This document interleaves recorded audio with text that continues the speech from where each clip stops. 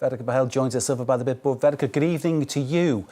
Following the deadly attack on tourists in Kashmir, already icy relations continue to get worse between India and Pakistan. But it's not just tensions on the rise, there's also a lot of misinformation escalating too. Tell us about that.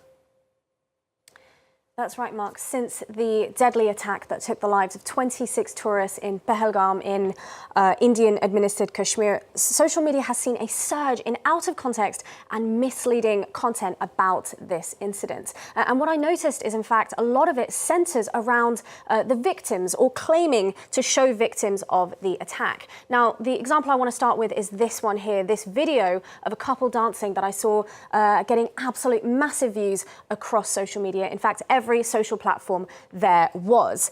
It was, in fact, even shared by Indian news outlets, which means that it was very much seen across the country. But the video itself, if we have a look at that quickly, it shows a couple dancing with the beautiful backdrop, the scenic backdrop of the Pehlgam Valley. And the claim online is that this video shows the final moment. It's the last video ever taken of the late Lieutenant Vinay Narwal and his wife, who were tourists in Pehlgam during the time of the attack, where he tragically lost his life. But what I will say is that this video is totally misleading, because not only is it not the last video of the late lieutenants, it actually has no connection to them whatsoever, and the people that we see dancing in this video are very much alive. The couple themselves have now come to social media to speak their side of the story. They took to their Instagrams.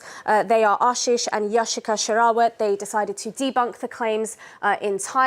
And they said that they are sending their heartfelt condolences out to the family and loved ones of the late lieutenant who died in that attack. But this is very much their video, and that's why they took it off the internet entirely. And they said that they were disturbed by the false claims being shared around it, but they are very much alive. Now, to prove that it is their video, they also shared to AFP news agency the metadata of their video. Now, the video itself was taken about a week before that attack took place, but coincidentally, they shared it on the same day, and I think that's why maybe it surged in its viewership there. But in any case, it led them to delete it. Now, going back to the real victim whose name was being used here. Now, this person, the late Lieutenant Vinay Narwal, he has been identified in the attack, and his family has spoken out. So he has been confirmed as a victim of this tragedy. But we can see here that viral video is very much being linked to him. It is sharing his name out of context here,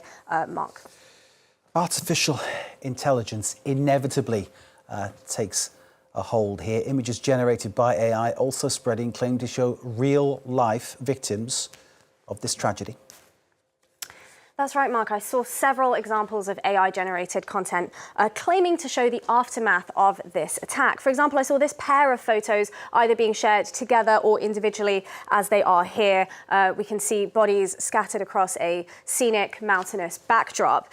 We can also see the amount of views here. This post alone has just 1 million itself. And I know it is difficult to see here, but there are some discrepancies in this picture that did kind of set some alarm bells ringing off for me. I know it is difficult to see with the resolution of the screen, but there was some proportions in the body parts. The nostrils are very uneven and wonky. The proportions of the people walking in the background. And I should have really, the first clue was when I put the image itself through a reverse image search, and there was no results, no source footage for this whatsoever, no source data. But just for good measure, I did check several different AI detection tools, and every single one, the result was the same, that this is very much, both of these photos are AI generated. Now, the biggest giveaway, I think, let's just check, the biggest giveaway that was that these were using AI was the Meta AI logo in the corner. I know it is difficult to see there.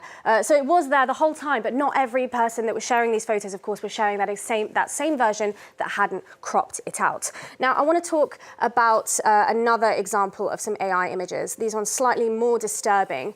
But this pair of photos has also been pretty regular on the internet as well, that I could find relating to this attack, this tragedy. And these are more evidently AI. We can see the artificial, the waxy-like quality of the skin. But I did put these through a detection tool as well, and they were 100% AI generated. Now, incidentally, the woman in this photo is supposed to show the real-life woman of the victim that we just talked about in our previous example, the Lieutenant Vinay Narwal. And The more disturbing part about these examples, Mark, is that they are actually based off a real-life photo, a photo that is being touted by Indian media as the symbol of this attack.